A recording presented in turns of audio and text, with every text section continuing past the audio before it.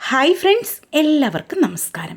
ഇന്നേക്ക് ഓണം സദ്യ special recipe சீரீஸில் கும்பளங்காய் பச்சடி எப்படி தயார் பண்ணலாம் என்று தான் பார்க்க போகிறோம். வெள்ளை பூசணிக்காய்க்கு தான் கும்பளங்க என்று மலையாளத்தில் சொல்லுவாங்க. கும்பளங்காய் வச்சு தான் இன்றைக்கி நம்ம பச்சடி தயார் பண்ண போகிறது. சத்தியில் ஒரு மெயின் டிஷ்ஷு தான் இந்த பச்சடி. பச்சடி இல்லாமல் ஒரு சத்தியே இருக்காது. கும்பளங்காய் வச்சு மட்டுமல்ல, மஞ்சள் பூசணிக்காய், கேரட்டு, பீட்ரூட்டு இந்த மாதிரி வித்தியாசமான வெஜிடபிள்ஸில் எல்லாம் நமக்கு இந்த பச்சடி தயார் பண்ணலாம். தயிர் சேர்த்து தயார் பண்ணுறதுனால கொஞ்சம் புளிப்பாக இருக்கும். ஆனால் நம்ம கடுகை அரைச்சி சேர்த்து தான் இது தயார் பண்ணுறது. அதனால நல்ல ஒரு டேஸ்ட்டாக இருக்கும். கண்டிப்பாக நம்ம ட்ரை பண்ணி பார்க்க வேண்டிய ஒரு ரெசிபி தான் இது. ஓணத்துக்கு மட்டுமல்ல, நம்ம வீட்டில் லஞ்சுக்கு கூட இந்த பச்சடி தயார் பண்ணி சாப்பிடலாம். எப்படி செய்யலான்னு பார்க்கலாமா? வாங்க, கொஞ்சம் கூட டைம் வேஸ்ட் பண்ணாமல் வீடியோக்குள்ளே போகலாங்க. கும்பளங்காய் பச்சடி தயார் பண்ணுறதுக்காக பாருங்கள், இந்த சைஸில் ஒரு கும்பளங்காய் நான் எடுத்து வச்சுருக்கிறேன். நம்ம வெள்ளை பூசணிக்காய் இது தோலுக்கு க்ளீன் பண்ணியதுக்கப்புறமா வாஷ் பண்ணிவிட்டு சின்ன பீஸாகிட்டு நமக்கு கட் பண்ணி எடுத்துகிட்டு வரலாம். கும்பளங்காய் நம்ம ஹெல்த்துக்கு ரொம்ப நல்லது தான். இந்த மாதிரி பச்சடி மட்டுமல்ல, நமக்கு இந்த கும்பளங்காய் வச்சு நிறைய ரெசிபீஸு செய்யலாம். அதெல்லாமே நம்ம சேனலில் நான் ஓரோ நாளாயிட்டு அப்லோட் பண்ணுறேன். அந்த வீடியோவில் உங்களுக்காக ஷேர் பண்ணுறேன். இப்போ பொடியாய் நான் நறுக்கி எடுத்துகிட்டு வந்திருக்கிறேன். பாருங்கள், இதே மாதிரி தான் நைஸாயிட்டு கட் பண்ணி எடுத்துகிட்டு இருக்குது. நல்லா கழுகி வாஷ் பண்ணி ஒரு கடாயில் நான் எடுத்திருக்கிறேன். இது நமக்கு வேக வச்சு எடுக்க வேண்டியது இருக்கும்.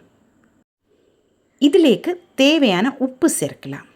அதுக்கப்புறமா 1 டீஸ்பூன் எண்ணெய் சேர்க்கலாம். நான் தேங்காய் எண்ணெய் தான் இதிலேக்கு சேர்த்திருக்கு. பச்சடிக்கு செய்யும்போது தேங்காய் எண்ணெயில் தயார் பண்ணும்போது தான் நல்ல டேஸ்ட்டாக இருக்கும். ஆனால் உங்களுக்கு எந்த எண்ணெய் பிடிக்குதோ அதே எண்ணெயை சேர்த்திக்கோங்க. கொஞ்சமாக சேர்த்திருந்தா போதும்.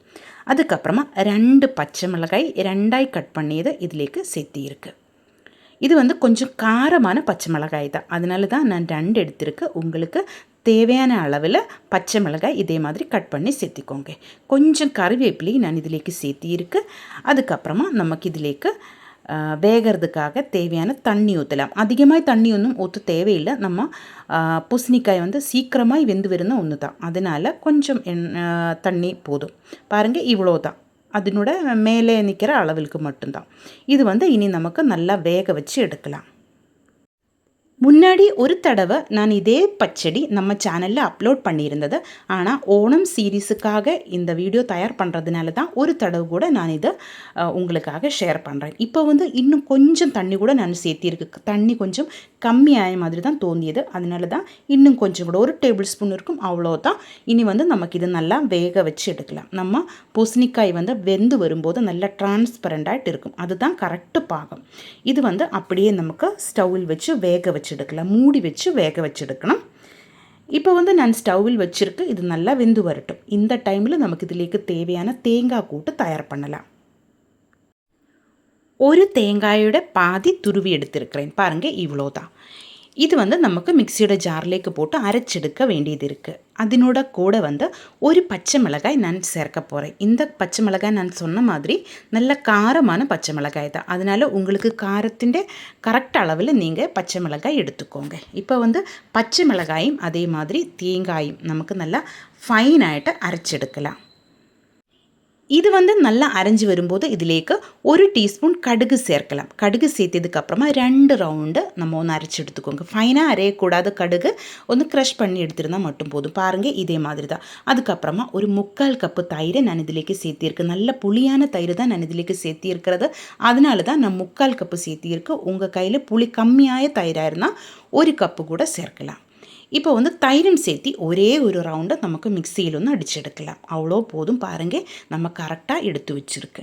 இப்போ நம்ம பூசணிக்காய் நல்லா கரெக்டு பாகத்தில் வெந்து தண்ணி எல்லாம் வற்றி வந்துடுச்சு. இனி நமக்கு ஸ்டவ்வில் நின்று இது மாற்றி கொஞ்சம் ஆறதுக்காக வைக்கலாம். லைட்டாக ஆறியா போதும். ரொம்ப சூடாகக்கூடாது. நம்ம அரைச்சி எடுத்தால் தேங்காய் கூட்டு இதிலேக்கு சேர்க்க வேண்டியது இருக்கும். அதனால் அதிகமாக சூடாகக்கூடாது. லைட்டாக ஒரு சூடு இருக்கும்போது நமக்கு அரைச்செடுத்த தேங்காய் கூட்டு இதிலேக்கு சேர்த்து நல்லா மிக்ஸ் பண்ணி எடுக்கலாம். தயிரொക്കെ சேர்த்தியதுக்கப்புறமா நம்ம மறுபடியும் உப்பு செக் பண்ணி பார்க்கணும். எப்படி இருக்குதா இல்லையான்னு நம்ம வந்து செக் பண்ணி பார்த்துட்டு தேவை இருந்தால் மட்டும் உப்பு சேர்த்திக்கோங்க. எனக்கு வந்து கொஞ்சம் உப்பு கம்மியாக இருந்தது, அதனால் இன்னும் கொஞ்சம் உப்பு கூட நான் இதிலேக்கு சேர்த்தி நல்லா மிக்ஸ் பண்ணி எடுக்கிறேன். பச்சடி வந்து அதிக நாள் இருக்காது, அதனால் தேவையான அளவில் மட்டும் செஞ்சுக்கோங்க. இப்போ வந்து உப்பும் சேர்த்தி நான் வந்து நல்லா மிக்ஸ் பண்ணி எடுத்திருக்கு.